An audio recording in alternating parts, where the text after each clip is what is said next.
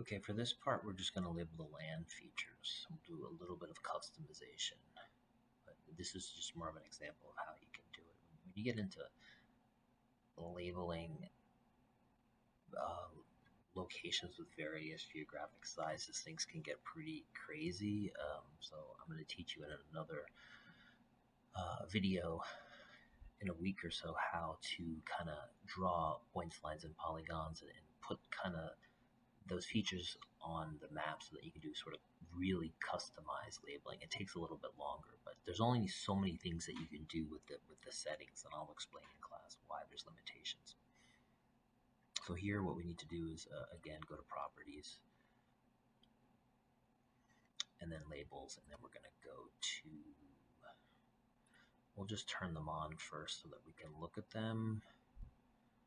I've already turned the word wrap on, so you may want to go ahead and if you want for your value, you could put word wrap and then name, comma, 2.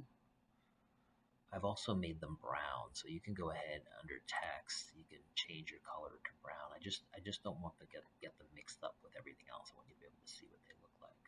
So word wrap and then brown, and then I hit apply, and you can see them here. White Oaks Golf Club, Salem Airfield, Suppawana Meadows National Wildlife Refuge, Fort Mark State Park, and Fort Delaware State Park. So it looks like there's 1, 2, 3, sort of 3 parks, and then 2 others. The thing about Salem Airfield and White Oaks Golf Club, like with Salem Airfield, it looks like it's covering most of that area up. So we want to think about hierarchy and styles. You may use a different color for parks. You could use a different color lettering for military installations, and you could use a different color for places where there's sports and stuff like golf. So for this one, I think we're just gonna split it up with, we'll make the parks.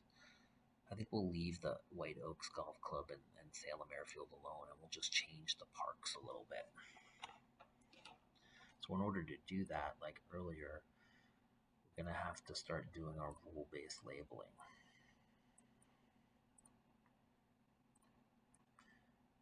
And I just shut it off. So in order to do that,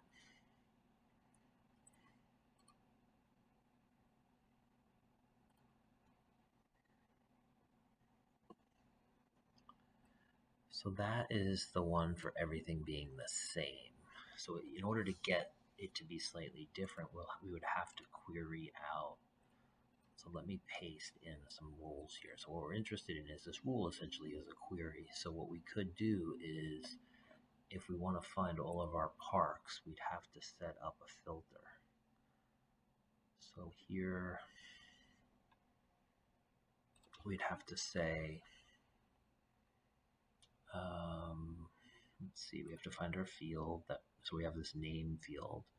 So we'd have to do name equals, and you can get all the unique values by hitting all unique, and then we could do name equals state park, or name equals Fort Marks State Park, or name equals this wildlife refuge, and then you could hit apply.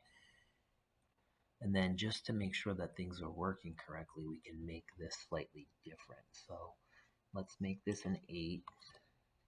Again, I don't have all of the font sizes. If we were doing a map professionally, we'd really want to have all of this figured out, like what size we're giving to each geographic feature. So I'm going to do that slight buffer that we did last time.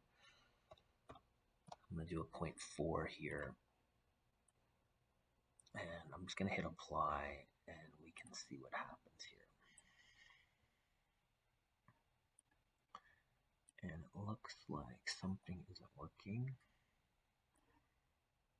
Okay, so like I was saying, it didn't look like it was working, but it is set up right. So one way to test this would be to just turn this one off, the previous one, because the previous one is overriding the second one. So I believe if we go like this, now you can see, of course, the golf club isn't labeled, nor is the military base, but you can see how it's changed the font for those three that we just set. So I think what we can do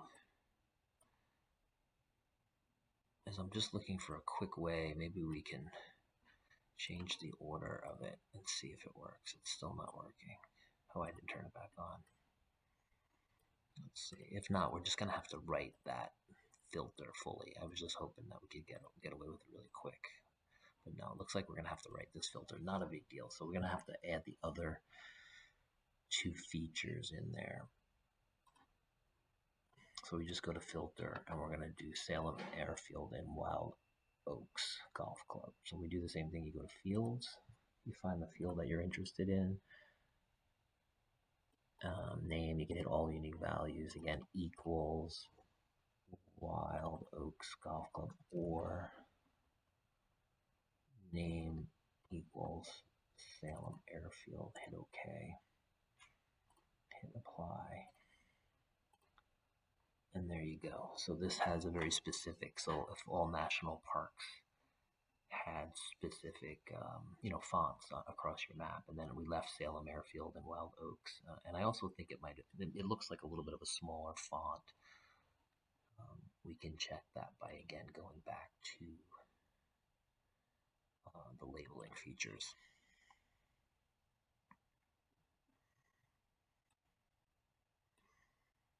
So what you would do is for the golf, for the state parks, we could double click on that one and you could check the font as an 8. And then for the golf and the military base, the font is a 7. So let's also now just throw that buffer behind it. We'll also make it a 0.4. So there you go. There's Salem Airfield and Wild Oaks Club.